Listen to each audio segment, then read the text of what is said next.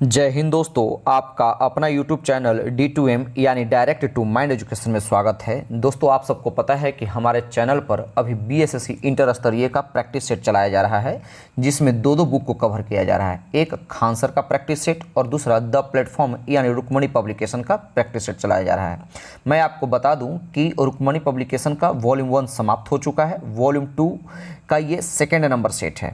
अगर आप मेरे चैनल से पहली बार जुड़ रहे हैं तो चैनल को सब्सक्राइब कर ले और बेल आइकन को प्रेस कर ले। इससे क्या होगा कि मैं जो भी वीडियो अपलोड करूंगा सबसे पहले आपको नोटिफिकेशन मिलेगा और आप वीडियो से अपडेट होंगे। साथ ही साथ वॉल्यूम 1 जो समाप्त किया गया है या जो भी वीडियो आप देखना चाहते हैं तो चैनल के प्लेलिस्ट से जाकर के आप वहां देख सकते हैं।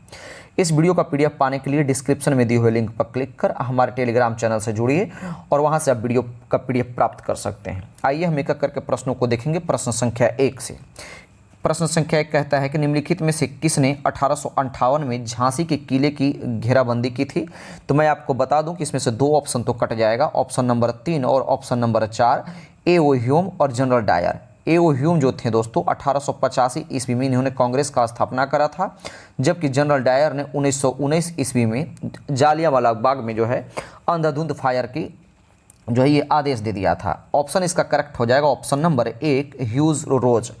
ह्यूज रोज ने 1857 ईस्वी में विद्रोह में झांसी की रानी को पराजित किया था और 1858 में झांसी के किले की जो है दोस्तों 1858 में झांसी के किले की घेराबंदी की थी। साथ ही साथ एक चीज़ और मैं बता दूं कि ह्यूज रोज ने रानी लक्ष्मीबाई को एक स्टेटमेंट दिया था, एक बहुत ही बढ़िया स्टेटमेंट देकर के इन्होंने पुकारा था, कहा था कि भारतीय विद्रोहियों में यही एकमात्र महिला मर्द थी।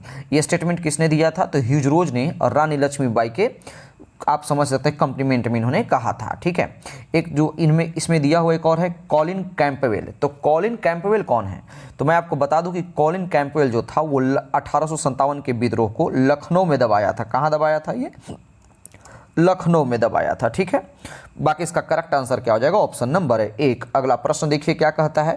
कहता है कि हाल ही में किसने 2023 के UNHCR क्या है UNHCR नानसेन शरणार्थी पुरस्कार जीता है? तो इसका करेक्ट आंसर हो जाएगा ऑप्शन नंबर 3, अब्दुल्लाही मायर। अच्छा, किसके लिए मिला? तो क्यों मिला इनको? तो केनिया के भीड़ भाड़ वाले दादाब शरणार्थी जो होता है शिविर में बच्चों को लगभग 1 लाख पुस्तक, कितना 1 लाख किताबें दे करके शिक्षा के अधिकार की वकालत करने के लिए अब्दुल्लाही मायर को 2023 का जो है दोस्तों शरणार्थी UNHCR शरणार्थी पुरस्कार से सम्मानित किया गया है। एक चीज़ और आप जान लें, UNHCR को जो है दोस्तों वो 2 बार नोबेल अवार्ड से भी सम्मानित किया गया है। कब कब? तो 1954 ईस्वी में और 1981 ईस्वी में। तो ये करंट अफेयर का क्वेश्चन है, ध्यान में रखेंगे। तो इसका करेक्ट आंसर हो जाएगा ऑप्शन नंबर 3। अगला प्रश्न देखिए क्या कहता है। कहता है कि हाल ही में विधानसभा चुनाव में निर्वाचित मुख्यमंत्री का सुमेलित कीजिए, यानी इसमें से दे रखा है कि कौन सा मुख्यमंत्री सही है। तो आपको सबसे पहले मैं आपको बता दूं कि अन्नुमुला रेवंत रेड्डी जो है ये दोस्तों ये तेलंगाना के मुख्यमंत्री हैं। कहाँ के हैं ये? तेलंगाना के हैं, दो ध्यान में रखिएगा। अच्छा, ये भजन लाल शर्मा कहाँ के हैं? एक भजन लाल शर्मा का जिक्र आता है। तो राजस्थान के जो है मुख्यमंत्री, इसमें जो जिक्र किया हुआ था तो राजस्थान के मुख्यमंत्री बल्कि जो अनुमुला रेवंत रेड्डी नहीं, भजन लाल शर्मा हैं। मध्य प्रदेश के मुख्यमंत्री की बात करें तो विष्णुदेव सहाय नहीं बल्कि कौन है? मोहन लाल यादव हैं जो मध्य प्रदेश के मुख्यमंत्री हैं। जबकि छत्तीसगढ़ के मुख्यमंत्री मोहन यादव नहीं बल्कि कौन है? विष्णुदेव सहाय हैं। ठीक है। अच्छा, तो इसका करेक्ट आंसर निकल करके आता है ऑप्शन नंबर 4, श्री लाल दुहोमा। ये मिजोरम के मुख्यमंत्री हैं। इसका करेक्ट आंसर हो जाएगा ऑप्शन नंबर 4। अगला प्रश्न देखिए, क्वेश्चन नंबर 4 क्या कहता है।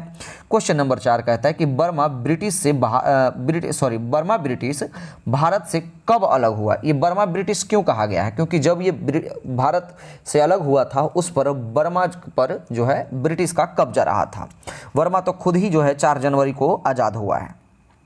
तो बता दूं कि भारत शासन एक्ट 1935 के तहत, किस एक्ट के तहत? भारत शासन अधिनियम एक्ट 1935 के तहत जो है अधीन बर्मा और अदन को भारत से अलग कर दिया गया। तो इसका करेक्ट आंसर हो जाएगा ऑप्शन नंबर 3। अगला प्रश्न है, कहता है कि भारत के साथ सबसे कम स्थलीय सीमा कौन बांटता है? तो सबसे कम स्थलीय सीमा है दोस्तों कौन बांटता है? अफगानिस्तान। लेकिन इसमें तो ऑप्शन में है नहीं, तो सबसे पहले तो आप इसको लिख लीजिए, नोट कर लीजिए। अफगानिस्तान है जो सबसे कम सीमा बांटता है। वो कितना? मात्र 106 किलोमीटर। लेकिन ऑप्शन में नहीं दिया हुआ है तो आप म्यांमार लगाएंगे। क्या लगाएंगे दोस्तों? म्यांमार लगाएंगे। म्यांमार कितना बांटता है? तो म्यांमार 1643 किलोमीटर बांटता है। ये तो ठीक हो गया। सबसे ज़्यादा कौन बांटता है? तो सबसे ज़्यादा बांग्लादेश बांटता है। 4096 किलोमीटर जो है दोस्तों ये बांग्लादेश से इंडिया लगा हुआ है। तो इसका करेक्ट आंसर क्या हो जाएगा? ऑप्शन नंबर है 1। अगला प्रश्न देखिए क्या कहता है। कहता है कि उत्तर कोरिया तथा दक्षिण कोरिया के बीच सीमा रेखा को क्या कहते हैं? तो उससे पहले मैं आपको बता दूं कि 49वीं, मैंने आपको पिछले सेट में बताया था एक ट्रिक, 49वीं आप यूएसए ना पढ़ करके क्या पढ़िए? यूएसए मैंने आपको पढ़ने के लिए कहा था। क्या कहा था? यूएसए। तो 49वीं यानी यूएसए एंड कनाडा के बीच में है, जबकि 38वीं समानांतर रेखा जो है दोस्तों 6 का, ये उत्तर कोरिया और दक्षिण कोरिया के बीच में है। इसका करेक्ट आंसर हो जाएगा ऑप्शन नंबर 3। और रेड क्लिफ किसके किसके बीच में है? तो रेड क्लिफ है जो भारत और पाकिस्तान के बीच में है। और 17वीं समानांतर रेखा जो है उत्तरी वियतनाम और दक्षिणी वियतनाम के बीच में है। तो इसका करेक्ट आंसर हो जाएगा ऑप्शन नंबर 3। अगला प्रश्न देखिए क्या कहता है। कहता है कि न्यू डेवलपमेंट बैंक का मुख्यालय कहाँ है? तो सही आंसर लगाएंगे। न्यू डेवलपमेंट बैंक का मुख्यालय शंघाई यानी कि चाइना में है। अच्छा, ये इसकी स्थापना कब हुई थी? तो इसकी स्थापना 15 जुलाई, कब है दोस्तों? 15 जुलाई 2014 ईस्वी को इसकी स्थापना हुई थी। अच्छा, इसके प्रथम अध्यक्ष कौन थे? तो इसके प्रथम अध्यक्ष दोस्तों केवी कामत। कौन है? केवी कामत इसके प्रथम अध्यक्ष थे। वर्तमान इसके अध्यक्ष कौन है? तो न्यू डेवलपमेंट बैंक के वर्तमान में अध्यक्ष हैं डिल्मा, लिख लीजिए डिल्मा और रूसेफ इसके वर्तमान में अध्यक्ष है। तो इसका करेक्ट आंसर क्या हो जाएगा? Option number 1। अगला प्रश्न देखिए क्या कहता है। कहता है कि पहला जनजातीय खेल महोत्सव का आयोजन कहाँ किया गया है? तो 8 का करेक्ट आंसर हो जाएगा ऑप्शन नंबर 1 भुवनेश्वर में। अगला प्रश्न कि कालिदास सम्मान पुरस्कार प्रारंभ किया गया किसके द्वारा? तो ध्यान में रखेंगे कालिदास सम्मान पुरस्कार मध्य प्रदेश सरकार के द्वारा प्रारंभ किया गया। अच्छा, इसमें कितने राशि दिए जाते हैं? तो लगभग 5 लाख रुपये जो है दोस्तों इसमें और राशि आवंटित किए जाते हैं। अगला प्रश्न देखिए क्या कहता है। कहता है कि राष्ट्रीय हरित हाइड्रोजन मिशन के कार्यान्वयन के साथ वर्ष 2030 तक भारत की हरित हाइड्रोजन उत्पादन कम से कम कितना प्रति वर्ष तक पहुंचने की संभावना है? तो 10 का करेक्ट आंसर हो जाएगा ऑप्शन नंबर 1 5 MMT। अगला प्रश्न है कि मालगुडी डेज के रचनाकार कौन है? तो करेक्ट आंसर लगाएंगे ऑप्शन नंबर 2 RK नारायण। ये मालगुडी डेज के रचनाकार हैं। इनके और भी फेमस पुस्तक थे, अगर आप चाहें तो लिख सकते हैं। क्या था?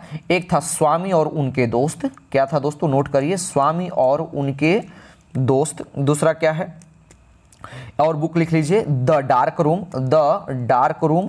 तीसरा और लिख लीजिए द गाइड और द इंग्लिश टीचर। ये सब जो है RK नारायण के फेमस पुस्तक हैं। तो इसका करेक्ट आंसर हो जाएगा ऑप्शन नंबर 2। अगला प्रश्न क्या है? फिजी देश की राजधानी कौन सी है? तो फिजी देश की राजधानी क्या है? सुगा। फिजी देश की राजधानी सुगा, ठीक है। अच्छा, पोर्ट लुइस किसकी राजधानी? तो पोर्ट लुइस जो है दोस्तों सूरीनाम की राजधानी है। किंगस्टन जो है, किंगस्टन नहीं बल्कि किंग्सटाउन भी कहीं आपको दिखने को मिलेगा। तो ये सेंट विसेंट की है, नोट करिए सेंट विसेंट की ये राजधानी है दोस्तों। जबकि पारामारिबो क्या है? पारामारिबो किसकी राजधानी है? तो पारामारिबो जो है दोस्तों ये सूरीनाम की राजधानी है। किसकी है ये? सूरीनाम की राजधानी है। तो इसका करेक्ट आंसर क्या हो जाएगा? Option number 1। अगला प्रश्न क्या है?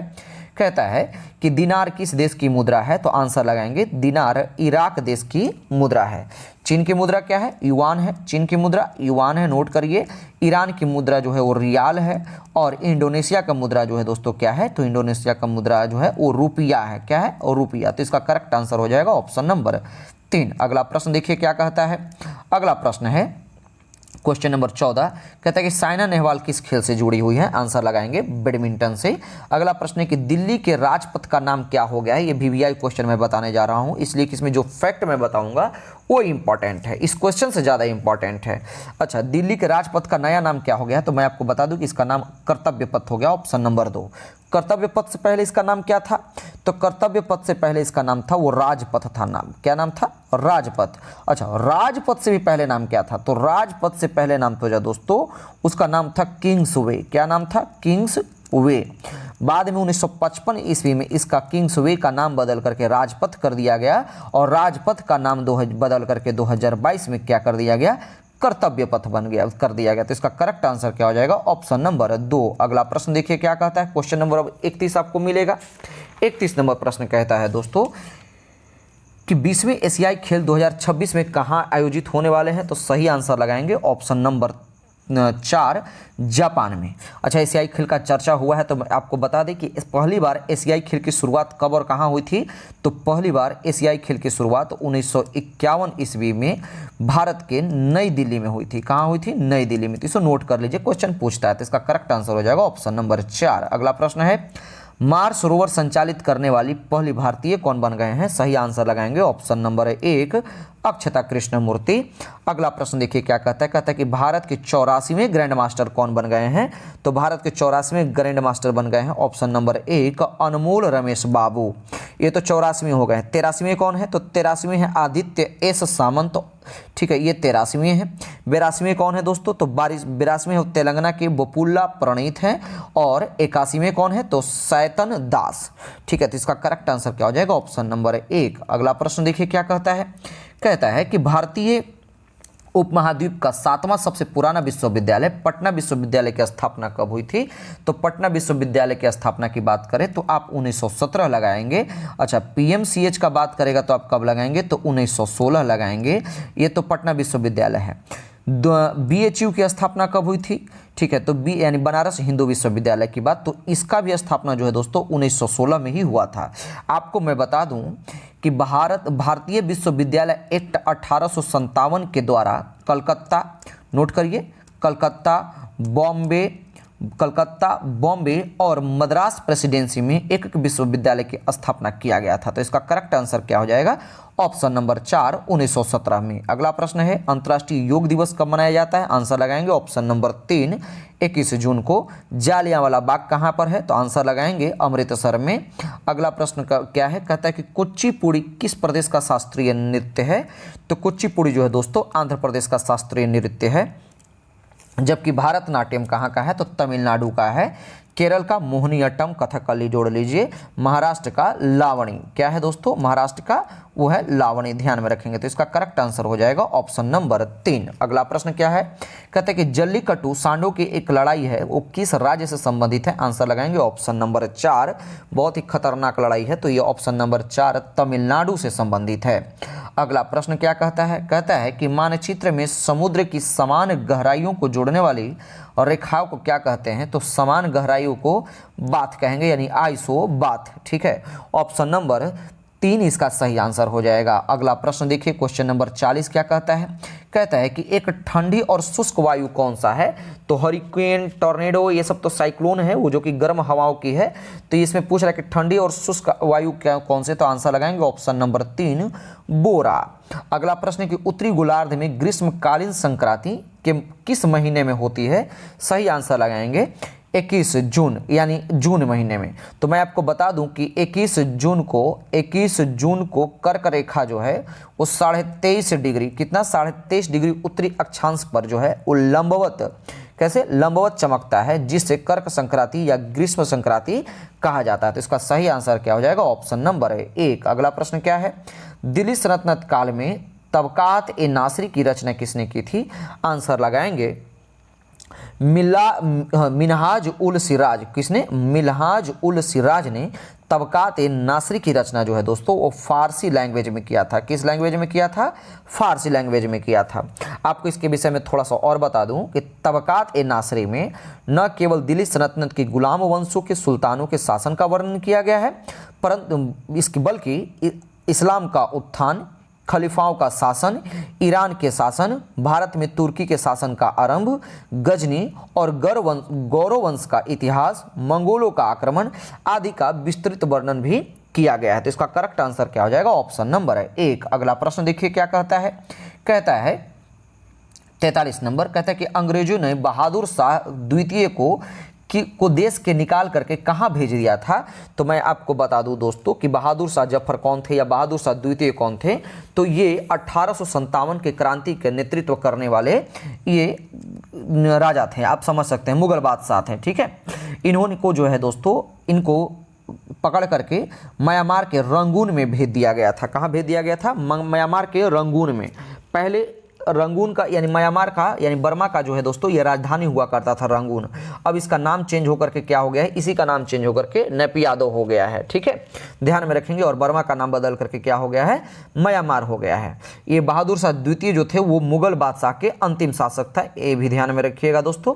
बता दें कि बहादुर शाह द्वितीय को हडसन ने, किसने, हडसन ने हुमायूं के मकबरा से पकड़ करके रंगून भेजा था। बाद में इनकी क्या है, 1862 ईस्वी में बहादुर शाह द्वितीय की मृत्यु हो गई थी। तो इसका करेक्ट आंसर क्या है, ऑप्शन नंबर 1। हाँ, इनके लिए एक और बढ़िया स्टेटमेंट, बढ़िया तो स्टेटमेंट की बात नहीं कही गई है। किसी व्यक्ति ने कहा था कि बहादुर शाह द्वितीय ऐसे बदनसीब बादशाह थे जिन्हें 2 गज जमीन भी भारत में नसीब नहीं हुई। ठीक है, ये किसने कहा था, तो ये जफर ने लिखा था। किसने, ये जफर लिखा था। तो इसका करेक्ट आंसर क्या है, ठीक है, ऑप्शन नंबर 1। अगला प्रश्न देखिए, कहता है कि भारतीय आधिकारिक गोपनीयता अधिनियम कब पारित किया गया था जिसने प्रेस की स्वतंत्रता को प्रतिबंधित कर दिया था। तो 44 का जो करेक्ट आंसर हो जाएगा दोस्तों, ऑप्शन नंबर 2, 1904 ईस्वी में। अगला प्रश्न है कि प्रसिद्ध तमिल महाकाव्य मणिमेखलय की रचना किसने की थी। इस वीवीआई क्वेश्चन है, आप भूलेंगे नहीं। तो इसका 45 का जो करेक्ट आंसर हो जाएगा दोस्तों, सतनार ने किया था। इसका रचना किसने किया था, सतनार ने। अगला प्रश्न क्या है देख लीजिए, क्वेश्चन नंबर 61 मिलेगा।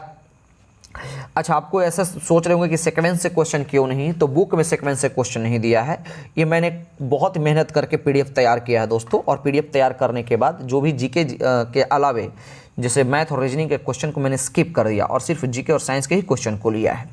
क्वेश्चन नंबर 61 कहता है कि किसने कहा था कि भारत की एकमात्र आशा उसकी जनता से है, उच्च वर्ग शारीरिक एवं नैतिक रूप से मृत हैं। तो ये जो स्टेटमेंट दिया था वो स्वामी विवेकानंद ने दिया था। ऑप्शन नंबर सी इसका करेक्ट आंसर हो जाएगा। अगर और भी कुछ इंपॉर्टेंट स्टेटमेंट के बारे में सुनना चाहते हैं, फेमस स्टेटमेंट के बारे में सुनना चाहते हैं या नोट करना चाहते हैं, तो ध्यान से सुनिए। एक बाल गंगाधर तिलक ने स्टेटमेंट दिया था, क्या कहा था, यदि हम साल में एक बार मेढक की तरह टरटराते हैं तो हमें प्रयासों में सफलता नहीं मिलेगी। ये स्टेटमेंट बाल गंगाधर तिलक का था। दूसरा स्टेटमेंट चित्तरंजन दास का क्या है, उन्होंने कहा था कि समूचा भारत एक विशाल बंदी गृह है। और अश्विनी कुमार दत्त का एक स्टेटमेंट है फेमस, उन्होंने कहा था कि कांग्रेस का अधिवेशन 3 दिन का तमाशा है। तो इसका करेक्ट आंसर क्या हो जाएगा, ऑप्शन नंबर 3। अगला प्रश्न है कि सबसे अधिक प्याज उत्पादन करने वाला राज्य कौन सा है।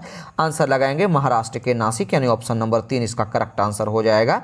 अगला प्रश्न देखिए, क्वेश्चन नंबर 63 क्या कहता है। 63 नंबर प्रश्न कहता है दोस्तों कि निम्नलिखित में से कौन सी भारत की सबसे बड़ी कृत्रिम ताजे पानी की झील है। तो इसमें तो ऐसे ऑप्शन नहीं दिया हुआ है। अगर ऑप्शन में आपको गोविंद सागर झील दिया हुआ होता तो उसका करेक्ट आंसर हो जाता, लेकिन ऑप्शन के हिसाब से आप ऑप्शन लगाइए। ऑप्शन नंबर 2 शिवाजी सागर झील। कौन सा, शिवाजी सागर झील। अगला प्रश्न देखिए क्या कहता है, प्रथम लोकसभा स्पीकर कौन थे। तो प्रथम लोकसभा स्पीकर जो थे दोस्तों वो जीवी मावलंकर थे। कौन थे, जीवी मावलंकर। बता दें कि इनके खिलाफ जो है प्रस्ताव भी लाया गया था जो कि पास नहीं हुआ था। एक और इंपॉर्टेंट फैक्ट, 2 ऐसे स्पीकर थे, एक तो जीवी मावलंकर और दूसरा एम जी बाल योगी। ये दोनों ऐसे स्पीकर थे जिनकी मृत्यु पद पर रहते हो गई थी। तो इसका करेक्ट आंसर क्या हो जाएगा, ऑप्शन नंबर 1। अगला प्रश्न देखिए क्या कहता है, प्रश्न संख्या 65 क्या आता है दोस्तों कि निम्नलिखित में से किस राज्य में विधानमंडल का ऊपरी सदन या विधान परिषद नहीं है। तो मैं आपको बता दूं कि टोटल 6 राज्यों में जो दोस्तों विधान परिषद है। कितने राज्यों में है, टोटल 6 राज्यों में विधान परिषद है। ये किस अधिनियम के तहत इसका गठन हुआ था, तो भारत शासन अधिनियम 1935 के तहत जो है दोस्तों इसका गठन हुआ था। अच्छा, वो राज्य कौन कौन से हैं, तो नोट करिए। राज्य हैं बिहार नंबर 1 पे, बिहार, यूपी, महाराष्ट्र, एमएच मैंने कोड लिखा है, महाराष्ट्र, आंध्र प्रदेश यानी एपी, और क्या है दोस्तों, तेलंगाना। ठीक है, कौन है, 1 2 3 4 5 तेलंगाना, और एक और आप रख लीजिए, हाँ कर्नाटका। एक और कौन सा है दोस्तों, कर्नाटका। तो ये चारों के 6 जो राज्य हैं उसी में विधान परिषद हैं। तो बच गया, आपका आंसर निकल करके आता है ऑप्शन नंबर 3, पश्चिम बंगाल में जो है दोस्तों विधान परिषद नहीं है। ये मोस्ट इंपॉर्टेंट फैक्ट है, इसको आप कॉपी पे नोट कर लीजिए। अगला प्रश्न देखिए, क्वेश्चन नंबर 66 क्या कहता है। 66 नंबर प्रश्न कहता है दोस्तों कहता है कि बिहार में लोकसभा की 40 सीटें हैं, राज्यसभा की कितने सीटें हैं? आंसर लगाएंगे ऑप्शन नंबर 4, 16 सीटें हैं। अगला प्रश्न है कि भारतीय संविधान में राष्ट्रपति चुनाव पद्धति का स्रोत किस देश से लिया गया है? तो राष्ट्रपति चुनाव पद्धति का जो सिद्धांत है दोस्तों वो 67 का ऑप्शन नंबर 3 यानी आयरलैंड से लिया गया है। अगला प्रश्न है कि शिमला समझौता पर हस्ताक्षर किए थे कौन कौन से देश ने? तो भारत और पाकिस्तान ने। कब? तो शिमला समझौता पर जो हस्ताक्षर हुआ था, मैं आपको बता दूं, शिमला समझौता पर हस्ताक्षर कब हुआ था? तो 2 जुलाई, कब? नोट करिए, 2 जुलाई 1972 ईस्वी को भारत और पाकिस्तान के बीच में, यानी भारत के प्रधानमंत्री श्रीमती इंदिरा गांधी और पाकिस्तान के प्रधानमंत्री जुल्फिकार अली भुट्टो ने हस्ताक्षर किए थे। तो इसका करेक्ट आंसर क्या हो जाएगा? Option number 1। बार बार आपसे पूछता है कि शिमला समझौता के दौरान पाकिस्तान के प्रधानमंत्री कौन थे, कई बार क्वेश्चन पूछ भी दिया है, तो इस चीज को इसको आप ध्यान में रखेंगे। अगला प्रश्न क्या है? कहता है कि चीनी साम्यवादी गणतंत्र का प्रथम अध्यक्ष कौन था? आंसर लगाएंगे 69 का ऑप्शन नंबर 2 माओ त्से तुंग। बता दें कि माओ त्से तुंग के नेतृत्व में ही 1949 ईस्वी में, कब? 1949 ईस्वी में चीन में जनवादी गणतंत्र और साम्यवादी शासन की स्थापना हुई थी। तो इसका सही आंसर क्या हो जाएगा? Option number 2। अगला प्रश्न देखिए, क्वेश्चन नंबर 70 क्या कहता है? 70 नंबर प्रश्न कहता है कि कंबोडिया की राजधानी का नाम क्या है? तो कंबोडिया की राजधानी क्या है दोस्तों? नाम पेन है। क्या है? नाम पेन। आपको कंबोडिया से एक वर्ड आ रहा होगा, दिमाग में आ रहा, अंकोरवाट का मंदिर। क्या आ रहा होगा दिमाग में? अंकोरवाट का मंदिर। तो आपको बता दें कि अंकोरवाट का मंदिर जो है दोस्तों वो कंबोडिया में ही है। अच्छा, इस मंदिर को बनवाया किसने था? तो इस मंदिर का जो है दोस्तों सूर्यवर्मन द्वितीय ने बनवाया था। नोट कर लीजिए, क्वेश्चन में जो भी बता रहा हूँ इंपॉर्टेंट फैक्ट के अलावा मैं कुछ बकवास नहीं बताऊंगा, ठीक है? तो ये क्या है? सूर्यवर्मन द्वितीय ने अंकोरवाट के मंदिर को बनवाया था। अच्छा, और देख लीजिए इधर, निकोसिया किसकी राजधानी है? तो निकोसिया जो है दोस्तों साइप्रस की राजधानी है। निकोसिया। दिल्ली किसकी राजधानी है? तो दिल्ली जो है दोस्तों पूर्वी तिमोर की राजधानी है। और हनोई, तो हनोई जो है दोस्तों वियतनाम की राजधानी है। तो इसकी करेक्ट आंसर क्या हो जाएगा? Option number 2। अगला प्रश्न है कि खासी भाषा किसमें सम्मिलित है? तो ये क्वेश्चन वॉल्यूम 1 में भी आया हुआ था। आंसर लगाएंगे ऑप्शन नंबर 2 ऑस्ट्रो एशियाटिक उपकूल की मोन खमेर शाखा।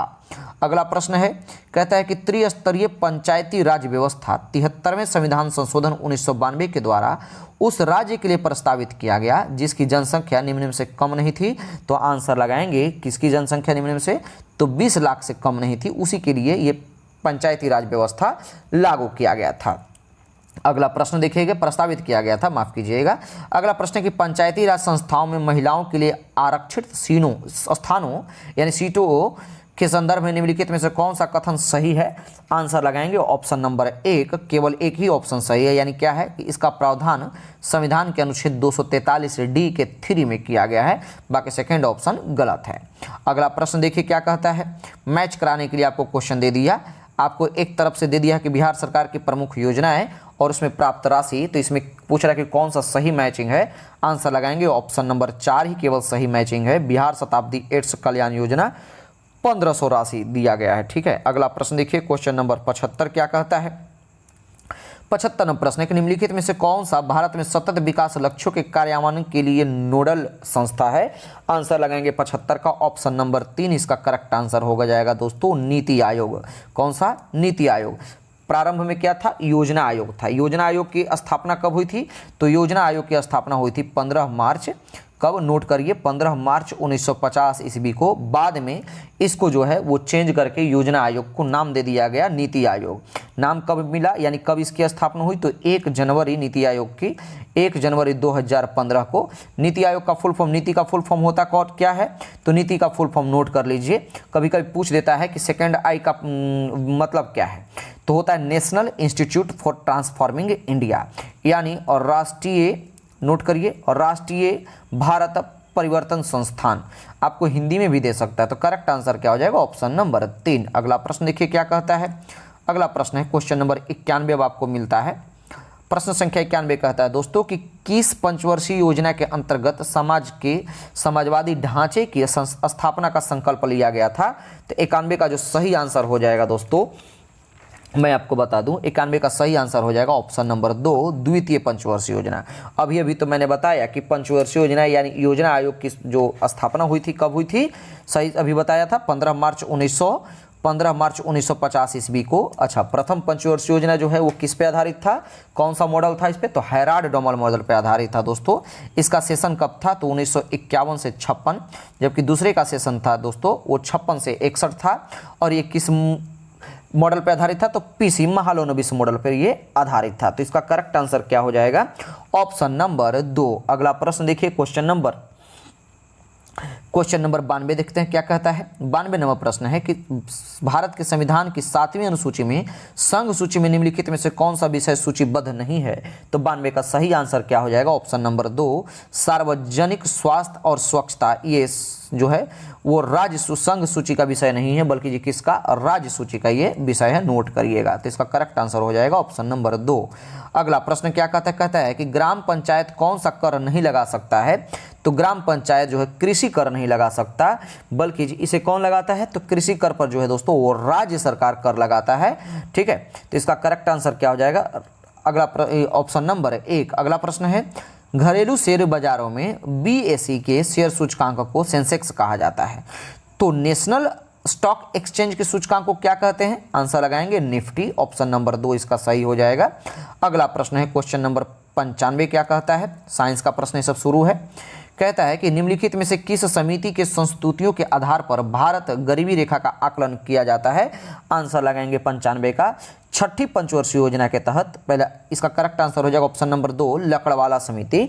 मैं और अब से संबंधित बता दूं कि छठी पंचवर्षीय योजना जिसका सेशन किया था 1980 से 85, तो इसके तहत जो है दोस्तों योजना आयोग द्वारा राष्ट्रीय एवं राज्य स्तर पर गरीबी का निर्धारण किया जा रहा है। ठीक है, छठी पंचवर्षीय योजना से। तो इसका करेक्ट आंसर क्या हो जाएगा दोस्तों, ऑप्शन नंबर 2, लकड़वाला समिति। अगला प्रश्न क्या कहता है, प्रश्न संख्या 96 दिया हुआ है, एक इक्वेशन दिया हुआ है, कह रहा है कि उपरोक्त अभिक्रिया को साम्य अवस्था पर बंद पात्र में करवाने पर CaCO3 को डालने पर CO2 की साम्य सांद्रता पर क्या परिवर्तन होगा। तो 96 का करेक्ट आंसर लगाएंगे ऑप्शन नंबर 3, कोई परिवर्तन नहीं होगा। अगला प्रश्न है, ये आपका फिगर दिया हुआ है। अब इस फिगर के आधार पर पूछ रहा है कि आपतित प्रकाश की किरण के लिए निम्नलिखित आरेखों में से कौन सा सही है। तो इसका जो करेक्ट आंसर हो जाएगा दोस्तों 97 का ऑप्शन नंबर 1 इसका, यानी चित्र संख्या 1 जो है इसका सही होगा। अगला प्रश्न देखिए, क्वेश्चन नंबर 98 क्या कहता है। 98 नंबर प्रश्न कहता है कि अल्बर्ट आइंस्टीन क्या थे। तो अल्बर्ट आइंस्टीन एक प्रसिद्ध भौतिक शास्त्री थे। क्या थे, प्रसिद्ध भौतिक शास्त्री थे। इन्हें 1921 ईस्वी में, कब, 1921 ईस्वी में प्रकाश वैद्युत प्रभाव के लिए जो है दोस्तों नोबेल अवार्ड से भी इन्हें नवाजा गया है। तो इसका करेक्ट आंसर क्या हो जाएगा, ऑप्शन नंबर 3। अगला प्रश्न है, कहता है कि गंगा नदी में BOD सर्वाधिक मात्रा में पाई जाती है, कहाँ, यानी किसके किसके बीच में। तो आंसर लगाएंगे ऑप्शन नंबर 4, पटना और उलुवेरिया के बीच में। अच्छा, BOD का मतलब होता क्या है, नोट करिएगा। BOD का मतलब होता है बायोकेमिकल ऑक्सीजन डिमांड। क्या है, बायोकेमिकल ऑक्सीजन डिमांड। तो इसका सही आंसर हो जाएगा ऑप्शन नंबर 4। अगला प्रश्न देखिए क्या कहता है। कहता है कि निम्नलिखित में से कौन सा कथन सही नहीं है। तो 100 का मैं डायरेक्ट आंसर बता दूंगा, ऑप्शन नंबर 3 इसका गलत है। रुधिर वर्ग का निर्धारण व्यक्ति के रुधिर में विद्यमान प्रतिरक्षों के आधार पर किया जाता है, ये गलत है। बाकी देख लीजिए, ओ रुधिर वाले व्यक्ति के रुधिर में प्रति A और प्रति B प्रतिरक्षी होते हैं, बिल्कुल सही था। B रुधिर वाले व्यक्ति A रुधिर वाले व्यक्ति को रुधिर नहीं दे सकता, ये भी बिल्कुल सही है। अगला प्रश्न क्या है, स्टेटमेंट कहता है कि AB रुधिर वाला व्यक्ति सर्वदाता अदाता है, बिल्कुल सही है। तो इसका करेक्ट आंसर हो जाएगा ऑप्शन नंबर 3। अगला प्रश्न देखिए क्या कहता है, क्वेश्चन नंबर 101 नंबर प्रश्न है कि प्रकाश के छोटे छोटे कणों से मिलकर के बना है, उसको क्या कहते हैं। उसको हम फोटोन कहते हैं, इंग्लिश में क्या कहते हैं, फोटोन, और हिंदी में उसको हम कणिका कहते हैं। तो इसका करेक्ट आंसर हो जाएगा ऑप्शन नंबर 3। अगला प्रश्न है कि टॉर्चो, सर्चलाइटों तथा वाहनों के हेडलाइटों में बल्ब कहाँ लगा होता है। तो आंसर लगाएंगे 102 का ऑप्शन नंबर 2, परावर्तक सतह के फोकस के अत्यधिक निकट। ऑप्शन नंबर 2 इसका करेक्ट आंसर होगा। अगला प्रश्न है कि ग्लिसरॉल का IUPAC नाम पूछ रहा है। तो इसका आंसर लगाएंगे, ग्लिसरॉल का IUPAC नाम है option number 2, propane 1,2,3 try all. अगला प्रश्न है कि प्रत्येक ALU प्रत्येक ALU एक समय में कितने बिट डेटा को डिकोड करती है? आंसर लगाएंगे ऑप्शन नंबर 2, 32 बिट डेटा को ये जो है डिकोड करती है। अगला प्रश्न क्या है? क्वेश्चन नंबर 5, 105 कहता है कि ऑस्ट्रियाई वैज्ञानिक क्रिश्चियन डॉपलर द्वारा डॉपलर प्रभाव की खोज किस वर्ष में की गई थी, जो एक पर्यवेक्षक के संदर्भ में एक गतिमान स्रोत द्वारा उत्पन्न किसी प्रकार की ध्वनि या प्रकाश तरंग की आवृत्ति में परिवर्तन का वर्णन करता है। तो इसकी जो खोज की गई थी दोस्तों, ऑप्शन नंबर 105 का ऑप्शन नंबर 1, 1842 ईस्वी में इसकी खोज की गई थी। अगला प्रश्न देखिए क्या कहता है? क्वेश्चन नंबर 122 कह रहा है कि सही कथन को पहचानिए। तो सही कथन मैं आपको बता दूं, आंसर ही बता दूं या पहले चलिए स्टेटमेंट पहले पढ़ लेते हैं। कहता है कि विशिष्ट प्रतिरोध सभी सूचालकों के लिए समान है, बिल्कुल सही है। कहता है कि तार का प्रतिरोध तार की लंबाई और घनत्व पर निर्भर करता है, सही है। कहता है कि तार का प्रतिरोध तार की लंबाई और अनुप्रस्थ काट पर निर्भर करता है, यही गलत है। तो ये क्या किस पर निर्भर करता है? तो मैं आपको बता दूं कि प्रतिरोध विद्युत धारा के प्रवाह जो है वो विरोध करता है। सबसे पहले तो प्रतिरोध क्या है कि जो विद्युत धारा के प्रवाह का विरोध करता है, ठीक है। ये जो है चालक का प्रतिरोध किन किन कारकों पर निर्भर करता है वो ध्यान से सुनिए।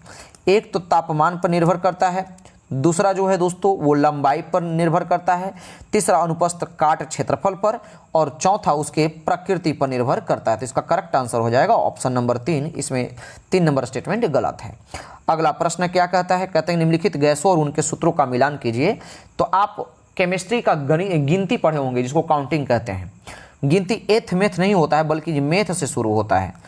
याद कीजिए, गिनती काउंट कीजिए तो हमारे साथ meth, eth, prop, but, pent, hex, hept, oct, non, deca, ठीक है, नोना और डेका। तो आप इतना सारा बात समझिए। मैंने कहाँ से शुरू किया है? मेथ से। यानी मेथ यानी मीथेन, यानी मीथेन ये सब एल्केन का सूत्र है। एल्केन का पहले फॉर्मूला आप लिख लीजिए। एल्केन का फॉर्मूला होता क्या है? तो एल्केन का फॉर्मूला होता है CnH2n प्लस में 2, ये एल्केन का फॉर्मूला है। हमने कहा है मेथ एथ, यानी आप कार्बन का वैल्यू जब 1 रखेंगे तो आपको हाइड्रोजन का मतलब कितना मिल जाएगा? 2 2 4, ये मीथेन का फॉर्मूला निकल गया। अच्छा, फिर आप जानते हैं CnH2n प्लस में 2। अब आप कार्बन का वैल्यू 2 रखिए तो यहाँ पर हाइड्रोजन का वैल्यू 2 दूनी की 4 और 2 6 मिल गया। ये मेथ के बाद एथ होता है, ये इथेन का है। तो इथेन का कहाँ पर है? देखिए ढूंढिए, बी का ऑप्शन मैच होता है 4 में, यानी 2 का ऑप्शन 4, यानी 1 नंबर और 3 नंबर तो आंसर कट गया, बच गया मेरे पास 2 और 3। मेथ एथ, फिर इसके बाद क्या मैंने बोला? प्रोप। तो प्रोप के लिए फिर वही चीज़ Cn यानी C, अब 3 लिखिए तो फिर क्या हो जाएगा? 6, 2 दूनी की 4 और 2 6, यानी CH6 हो जाएगा। अब C3H6 कहाँ है? H हो जाएगा ना, 3 दूनी की 6 और 2 8 हो जाएगा। ऑप्शन नंबर 2 इसका, यानी ऑप्शन नंबर 123 का करेक्ट आंसर क्या हो जाएगा? Option number 4। तो अच्छा, इसमें एल्केन का तो मैंने फॉर्मूला आपको बता दिया कि CnH2n प्लस में 2 होता है। एल्कीन का क्या होता है? तो एल्कीन का होता है CnH2n। एल्काइन का क्या होता है? तो CnH2n माइनस में 2। इसका करेक्ट आंसर हो जाएगा ऑप्शन नंबर 4। अगला प्रश्न देखिए क्या कहता है? कहता है कि निम्नलिखित में से किस विटामिन की कमी से बच्चों में सूखा रोग हो जाता है? आंसर लगाएंगे ऑप्शन नंबर 4, विटामिन डी के वजह से, जिसको आप रिकेट्स भी कहते हैं। अच्छा, यंग में जो है वो इसके वजह से भी हड्डियां क्षीण हो जाती है, इसको क्या कहते हैं? या फिर लचीलापन हो जाती है विटामिन डी के वजह से ही, तो इसको हम क्या कहते हैं? तो इस दशा को जो दोस्तों ऑस्टियोमलेशिया कहते हैं। क्या कहते हैं? नोट कर लीजिएगा, ऑस्टियोमलेशिया। अगला प्रश्न है कि निम्न में से कौन सा धातु हाइड्रोक्साइड सबसे कम क्षारीय होता है?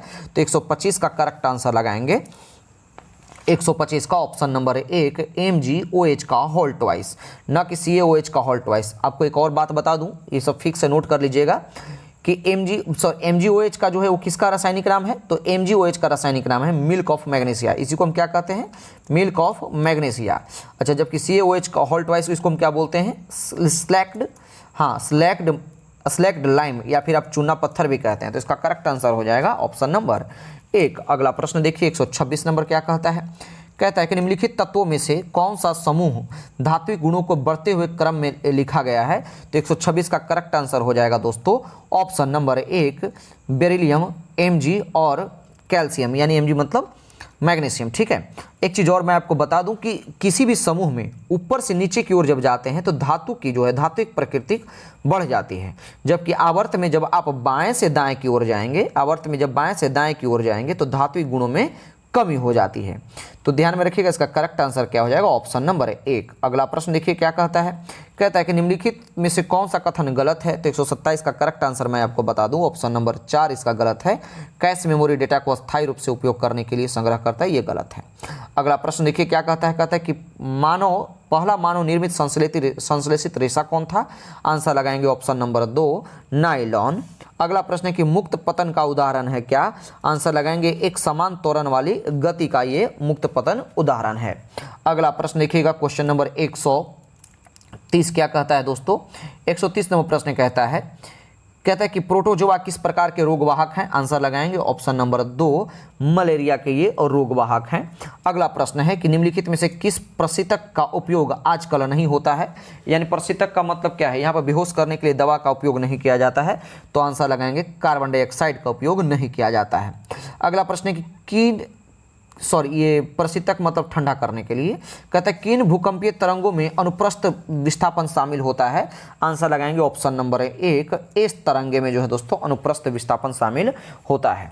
अगला प्रश्न देखेंगे क्वेश्चन नंबर 133 क्या कहता है। 133वां प्रश्न है, हाँ 133वां प्रश्न है दोस्तों कि रक्त में डैश नामक एक तरल मैट्रिक्स होता है जिसमें लाल रक्त यानी जिसको आप आरबीसी कहते हैं और आरबीसी, डब्ल्यूबीसी और प्लेटलेट्स तैरते हैं, उसको हम क्या कहते हैं। तो 133 का करेक्ट आंसर लगाएंगे ऑप्शन नंबर 2, उसको आप प्लाज्मा कहते हैं। क्या कहते हैं, प्लाज्मा कहते हैं। बता दें कि प्लाज्मा पूरे ब्लड में लगभग 50 से 60% है। कितना है, 55 से 60% है, जिसमें प्लाज्मा में 90 से 92% जो है जो वो जल का मात्रा पाया जाता है। ठीक है, तो इसका करेक्ट आंसर क्या हो जाएगा, ऑप्शन नंबर 2। अगला प्रश्न देखेंगे क्वेश्चन नंबर 134 क्या कहता है कि इंद्रधनुष की एक प्राकृतिक परिघटना है जो कि किसको दर्शाती है। आंसर लगाएंगे ऑप्शन नंबर 4 प्रकाश के वर्ण विक्षेपण को ये दर्शाती है। और आज के सेशन का लास्ट प्रश्न है, कहता है कि शरीर की भंगिका और संतुलन का नियंत्रण कौन करता है।